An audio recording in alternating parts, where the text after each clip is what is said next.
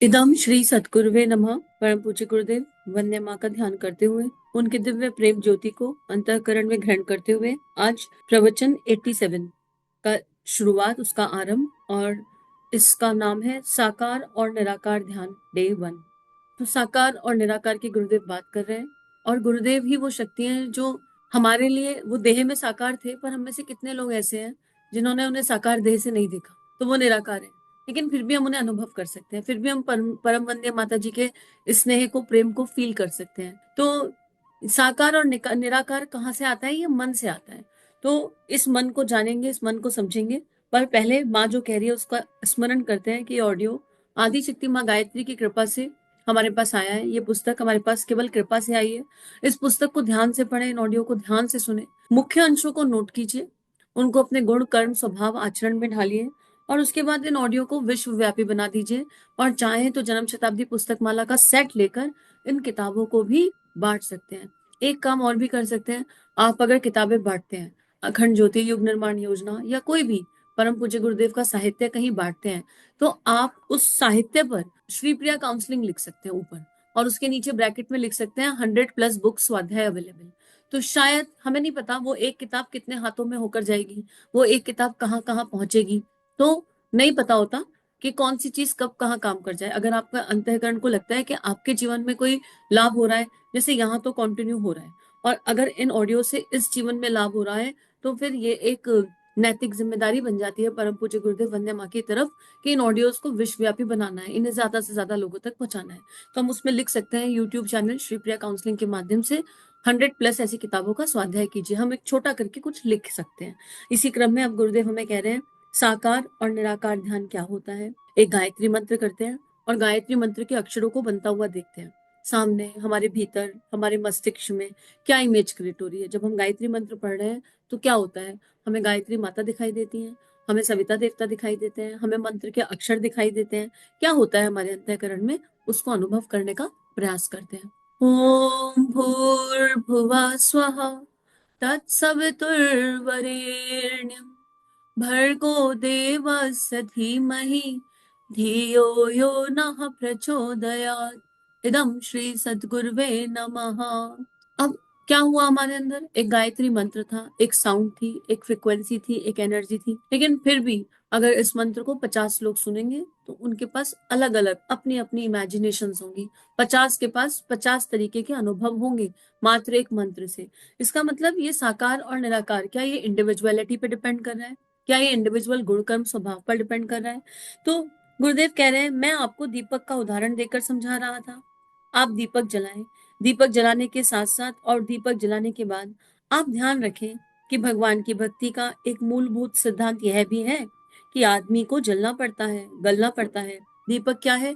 दीपक वो है जो स्वयं जलकर प्रकाश बांटता है। बताइए, ऐसा कौन होगा जो खुद को जलाने को तैयार है, खुद को तपाने को तैयार है, इतना प्रचंड अग्नि सहता है, लेकिन फिर भी क्या करता है?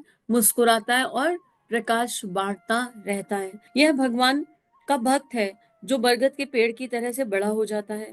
यह हमने माना, लेकिन बरगद के पेड़ की तरह से बड़ा होने से पहले बीज को गलना पड़ता है। बड़ा होने से पहले आदमी को भी गलना पड़ेगा। महाराज जी, मैं तो वृक्ष की तरह से बड़ा हो जाऊंगा।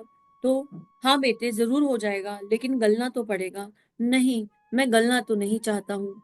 जो कुछ भी हो, मैं तो मालदार बनना चाहता हूँ, मोटा बनना चाहता हूँ। बेटे, मोटा तो तू नहीं बन सकता, तेरी औलाद बन सकती है। बेटे, जो प्रेरणाएं मैं आपको दे रहा हूँ, या आपके मस्तिष्क में गूंजती रहे, गूंजती रहे। दीपक आप जलाते चले जाएं और यह विचार करते चले जाएं कि हमारी एक छटाक जैसी हैसियत और औकात है हमारे भीतर, जो स्नेह, चिकनाई लबालब भरी हुई है, उसके द्वारा हम अपने आप को जलाते हैं, जलकर रोशनी पैदा करते हैं, दिशाएं देते हैं। रोशनी किसे पैदा करते हैं, कैसे पैदा करते हैं? जैसे प्रकाश स्तंभ बीच समुद्र में जलते रहते हैं, और जल करके निकलने वाले राहगीरों को, चलने वाली नावों को रास्ता बताते रहते हैं। आप उधर से मत जाइए, इधर से जाइए। स्वयं रात में लाइट हाउस अर्थात प्रकाश स्तंभ जलते हैं, सितारे ऊपर रात में जलते हैं, और हम निकलने वालों को रास्ता बताते हैं। आप इधर से चले जाइए, उधर से चले जाइए। सितारे जी, आपको क्या फायदा होता है? हमको यह फायदा है कि आपको ठोकर नहीं लगे, आप अपने रास्ते पर चले जाएं। इसलिए हम रात भर चलते हैं। कौन जलता रहता है? तारे जलते रहते हैं और छोटे बच्चे उनको दुआएं देते रहते हैं, thank you twinkle twinkle little star, how I wonder what you are. आसमान पर चमकने वाले सितारे, चमको चमको, तुम ऊपर चमकते रहो, तुम्हारी तरह हम भी, तुम्हारी तुम्हारी तरह हमें भी रास्ता मिलता रहे। आप पहले आसमान के सितारों की तरह जलो। गांधी जी ने जब राजा हरिश्चंद्र का ड्रामा देखा तो यह निश्चय किया कि हम भी इनके तरीके से सत्य पर चलेंगे, हम भी ऐसी शानदार जिंदगी जिएंगे। बेटा, दीपक जलाने से मतलब यह है कि हम जलें और दूसरों को भी जलने के लिए प्रोत्साहित करें। हम अपनी जिंदगी में रोशनी पैदा करें, शानदार जिंदगी जिएं और उतनी रोशनी दूसरों को भी दें। यही सिद्धांत बनाएं। ये भाव दीपक जलाते समय होना चाहिए। नहीं साहब, दीपक जलाने से भगवान जी प्रसन्न हो जाते हैं। आपसे हुए होंगे, मेरे ख्याल से प्रसन्न नहीं हो सकते। नहीं महाराज जी, दीपक जलाने से भगवान जी बहुत प्रसन्न हो जाते हैं, पर असली गाय के घी से प्रसन्न होते हैं, नकली घी से प्रसन्न नहीं होते। अच्छा, पर मेरा ऐसा ख्याल है कि हमारी जिंदगी दीपक की तरह जलने वाली हो तो भगवान हमारे ऊपर प्रसन्न हो जाते हैं। देखिए गुरुदेव निराकार और साकार ध्यान में क्या कर रहे हैं, दीपक का एग्जाम्पल देकर हमें प्रकाश की बात बता रहे हैं। प्रकाश की बात, कौन से प्रकाश की बात? दीप जलने का मतलब ये नहीं है कि जलती हुई अग्नि में हाथ डाल दो, इस देह को जला लो। जलने का अर्थ क्या है गुरुदेव, किस जलने की बात कर रहे हैं?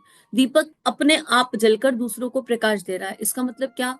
हम अपनी खुशियों को तिरोहित कर दें, हम अपनी प्रसन्नताएं बिल्कुल खत्म ही कर दें, हम अपने जो आशा अपने से जो अब हमारी जो छोटी छोटी हैप्पीनेस होती है एक इंडिविजुअल की, उनको जिए ही ना, ऐसा कहना चाहते हैं गुरुदेव? नहीं गुरुदेव, ये नहीं कहना चाहते। ये नहीं कह रहे कि तुम अपना जन्मदिन मत मनाओ पर पूरे ब्रह्मांड का जन्मदिन मनाओ, ये गुरुदेव नहीं कह रहे यहाँ। गुरुदेव बहुत गहरी बात कहना चाहते हैं। गुरुदेव यहाँ हमें ये समझाना चाहते हैं कि जलना किसे है? दीपक जब जल रहा है तो भीतर के विकारों को जला रहा है। दीपक में क्या है? दीपक में घी है। वो घी किस चीज का है? वो प्रेम का घी है, वो क्षमाशीलता का घी है, वो करुणा का घी है, वो संवेदना का घी है, वो दिव्य दैवीय भावनाओं का घी है, वो आनंद का घी है, वो परमानंद का घी है। और फिर वो दीपक जलता है तो अनंत दीपक जलाने की क्षमता भी रखता है, विदाउट डाउट। तो वो घी कैसा है, अब इस देह को इमेजिन कर लीजिए। हमारी देह क्या है? एक मिट्टी का दीपक है, ऐसा मान लीजिए। त्राटक में क्या करते हैं, त्राटक में क्या कहा जाता है? दीपक की ज्योति को देखो, कंटिन्यू देखते रहो आंख खोलकर, फिर आंख बंद करो और उसको आज्ञा चक्र पर देखो, जब तक दिखे तब तक ठीक, और दिखनी बंद हो जाए तो फिर आंख खोलकर दीपक की ज्योति को देखो, फिर आंख बंद करके अंदर देखो। तो क्या अंदर दिया सलाई लगवाई जा रही है त्राटक में? क्या अंदर क्या हो जाएगा? आज्ञा चक्र पर दीपक की ज्योति देखने से क्या हो जाएगा? एक डुप्लीकेट प्रकाश ही तो है। फिर उस प्रकाश का क्या महत्व है? महत्व है, महत्व है। दीपक के जो गुण हैं वो हमारे विचारों में प्रकाश डाल देंगे। दीपक की जो क्वालिटीज हैं वो हमारे अंतःकरण में, हमारे विचार क्षेत्र में परिवर्तन कर देंगी। और जब हमने अपने आज्ञा चक्र पर बार बार उगता हुआ प्रकाश देखेंगे, और दीपक की ज्योति जैसी जो ज्योति होती है ना, जो लौ होती है, आत्मा को ऐसे ही परम ज्योति माना जाता है। जो आत्मा है, जब देह से प्राण निकलता है, हमने टीवी सीरियल्स में देखा होगा कि असुर मर गए और जब वो राक्षस मरे तो उनके अंदर से एक ज्योति निकली और वो ज्योति भगवान श्री कृष्ण में, भगवान श्री राम में समा गई, उनके अंदर समा गई। तो जब देह से प्राण बाहर निकलता है तो वो दीपक की ज्योति के जैसे छोटा सा ही होता है, इतना छोटा सा ही प्राण बाहर निकलता है। तो वो जो जब हम त्राटक करते हैं या दीपक का ध्यान करते हैं या घर में दीपक जलाते हैं, तो हमारे अंदर घट में क्या घटित हो रहा है, देह रूपी दीपक में क्या घटित हो रहा है, उस पर विचार करने की आवश्यकता है। कितना दीपक का ध्यान रखना पड़ता है, बाती को ऊपर उठाना है, तो फिर अपना कितना ध्यान करना पड़ेगा। तो अपने आप को जलाने की बात जब आती है तो भीतर के कषाय कलमशों को जलाने की बात आ रही है, षट विकारों को जलाने की बात आ रही है। और जिसने भीतर कषाय कलमश जला लिए, जिसने भीतर के षट विकार जला लिया, वो जलाएंगे कैसे? ऐसा थोड़ा ना कि डीजल पी जाओ और ऊपर से माचिस जलाओ और अंदर डाल दो और जल जाएगा सब कुछ, या पेट्रोल पी जाओ और लाइटर दिखा दो और सब कुछ हो जाएगा। ये कोई सिस्टम नहीं है, इस तरह का अंदर कोई सिस्टम ही नहीं है। कैसे करें फिर, कैसे जलाएं, क्या करें जलाने के लिए? बिल्कुल जलाना कुछ भी नहीं है, गलाना है, तपाना है। वो जो वृत्तियां बहुत बढ़ गई हैं उनके आगे बड़ी बड़ी एनर्जी को रखना है, प्रकाश की एनर्जी को रखना है, गायत्री माँ की एनर्जी को रखना है, इस दिव्यता को रखना है। तो जब हम प्रकाश का ध्यान करेंगे तो प्रकाश जैसे बन जाएंगे। दीपक की लौ में एक प्रकाश है। प्रकाश की जो सबसे बड़ी खूबसूरती होती है, जो अग्नि की सबसे बड़ी खूबसूरती होती है, आप एक्सपेरिमेंट करके देख लेना। आप जब भी कैंडल जलाएं या माचिस जलाएं, अग्नि हमेशा ऊपर की ओर जाती है। आप कैंडल जला के उसे उल्टा कर दीजिए, ठीक है, मोम पिघल के नीचे गिर जाएगा, अग्नि ऊपर चली जाएगी। कुछ भी कर लो आप, अग्नि हमेशा ऊपर की ओर चलेगी। अग्नि ऊपर से नीचे जा ही नहीं सकती। तो ये क्या है, जब हम प्रकाश का ध्यान कर रहे हैं किसी भी माध्यम से, तो वो हमारी प्राण शक्ति को ऊपर की ओर ले जा रहा है। वो हमारी विचारना, धारणा, भावना को ऊपर की ओर ले जा रहा है। हमने जो निम्नगामी जीवन जी रहे थे, जो निम्न कोटि की सोच के साथ जीवन जी रहे थे, उस निम्न सोच को उत्कृष्ट बनाने का काम करती है ये धारणाएं, ये भावनाएं, ये विचारणाएं। तो गुरुदेव यही कह रहे हैं कि और अच्छा फिर क्या होगा जब हमने अपने विकार जला लिए। तो जब विकार जल गए तो कहा जाता है अपनी प्रसन्नता को, परम पूज्य गुरुदेव ने दिया है, सामने वाले की प्रसन्नता में लीन कर देने का नाम प्रेम है। तो इसका जो मोटा मोटा अर्थ समझा जाता है वो ये है कि हमें तो प्रसन्न रहने का अधिकार ही नहीं है। घर में 1000 रुपए आए और 5 लोग हैं, ठीक है, 1000 रुपए बोनस में आए, 5 लोग हैं, तो वो 200-200 सब में डिवाइड हो जाए और सबके लिए कुछ बढ़िया चीज आ जाए, ऐसा नहीं। हम सोचते हैं हमारी प्रसन्नता को दूसरे की प्रसन्नता में लीन करना है, तो माता पिता कहेंगे कि चलो हम अपना अपना नहीं करेंगे, हमें तो बच्चों के लिए करना है, बच्चों की प्रसन्नता में हमारी प्रसन्नता है। चलो ये अच्छी बात है, ये बहुत ही खूबसूरत बात है, ये बहुत ही बढ़िया बात है ऐसा किया तो, लेकिन वो कहीं रजिस्टर हो जाता है। हम तो अपने लिए कुछ लेते ही नहीं, हम तो सब कुछ बच्चों के लिए कर रहे हैं। अगर ये साथ में आ रहा है तो फिर अपनी प्रसन्नता बच्चों की प्रसन्नता में लीन नहीं हुई। अपनी प्रसन्नता दूसरे की प्रसन्नता में लीन कर देने का अर्थ यहाँ पर यह है, जो यहाँ इस देह को अनुभव में आया, समझ में आया, कि अपनी प्रसन्नता ही उसमें हो जाती है। अपनी अपना अपना कोई आनंद ही नहीं रहता, अपनी कोई हैप्पीनेस ही नहीं रहती। अपनी हैप्पीनेस ही उस हैप्पीनेस में हो जाती है कि बच्चे ने खाना खा लिया, उसी से खुशी मिल गई, उसी से आनंद मिल गया। ये आनंद आत्मा का आनंद है, पर देह को तो खाना लगेगा। तो हम सोचते हैं सेक्रीफाइस, ये इसका मतलब है सेक्रीफाइस करते रहो। हम सेक्रीफाइस करते रहेंगे और हर सेक्रीफाइस को अंदर रजिस्टर करते रहेंगे। हमने तो कितना त्याग किया, हमने तो इस रिश्ते के लिए उतना त्याग किया, उस रिश्ते के लिए उतना त्याग किया, हम तो सबके लिए करते करते ही जा रहे हैं, हम तो सबके लिए करते करते मर गए, फिर भी सारे के सारे कितने नाशुक्र हैं। कोई एक थैंक यू भी नहीं बोलता, कोई कोई ये वैल्यू ही नहीं करता। तो फिर कहाँ अपनी प्रसन्नता को दूसरे की प्रसन्नता में लीन किया, कहाँ कुछ किया, करके भी नहीं किया। भले ही आपने पूरा जीवन किसी के लिए खपा दिया, पर अगर आपके मन में बार बार ये हिलोरे आ रही है कि हम तो करते करते मर गए, हम तो करते करते थक गए, और सामने वाले को तो हींग लगी ना पटके, उसको तो उसका तो मुंह चल जाता है, वो तो हमें 4 बात सुना देता है, तो हमको गुरुदेव के इस वाक्य का, हमको प्रेम का सही अर्थ अभी अनुभव में नहीं आया। जब हम करेंगे ना तो हमें करते करते वाली एनर्जी फील नहीं होगी।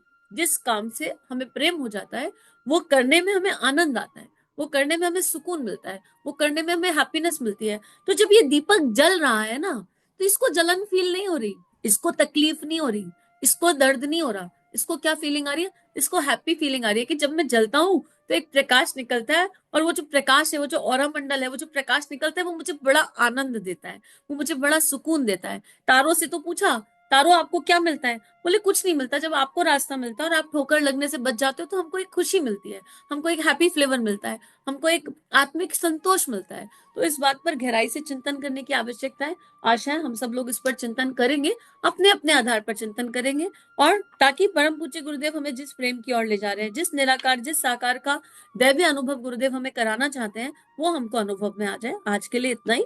अगर इस टॉपिक पर कोई और भाव या कोई प्रश्न है तो आप लोग कमेंट्स में लिख दीजिए, उसको कभी कवर कर लेंगे। इदम श्री सद्गुरुवे नमः। सभी अपना ध्यान रखिए, और हम सभी गुरुदेव के प्रकाशित दीपक है, ऐसा मान लीजिए। मानने में तो कोई बुराई नहीं है, इसको एंटी मत करना, अरे हम कहाँ, हम तो बहुत बुरे हैं, हम तो बहुत खराब है, नहीं, इस तरह मत सोचना।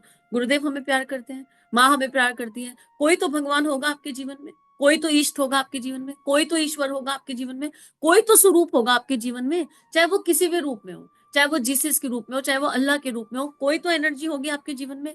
अगर आपके जीवन में कोई ईश्वर का स्वरूप है, चाहे वो निराकार है, वो चाहे वो साकार है, और आपका उनसे कनेक्शन स्टेब्लिश है, तो इसका मतलब भगवान बहुत प्यार करते हैं और हम भगवान के प्रकाशित दीप हैं, हम उस एनर्जी के प्रकाशित दीप हैं, और वो एनर्जी हमेशा हमारे साथ रहेगी और हमेशा हमें गाइड करेगी कि राइट क्या है, किस दिशा में चलने की आवश्यकता है, और वो हमें वहां तक ले जाएगी, कहाँ तक, जहां आत्मा का उद्देश्य है। या आत्मा इस धरती पर जिस भी कारण से आई है, वो कारण निश्चित रूप से प्राप्त हो जाएगा। सभी अपना ध्यान रखिए। इदम श्री सद्गुरुवे नमः। सभी को प्रणाम। श्री प्रिया काउंसलिंग चैनल और देव परिवार चैनल पर जो वीडियोस आपको मिल रहे हैं, अगर ये आपके जीवन को बदल रहे हैं तो ये केवल गुरु कृपा है। आइए इस गुरु कृपा को विश्वव्यापी बनाएं। जो भी लिंक आप सुनते हैं, आपको जो भी लिंक अच्छे लगते हैं, उनको अपने व्हाट्सएप स्टेटस, फेसबुक स्टेटस, सारे सोशल नेटवर्किंग साइट्स पर लगाइए। इस टेक्नोलॉजी के माध्यम से आइए ऋषियों की, संतों की लेखनी को विश्वव्यापी बनाते हैं। जय हिंद, जय भारत। इदम श्री सद्गुरुवे नमः।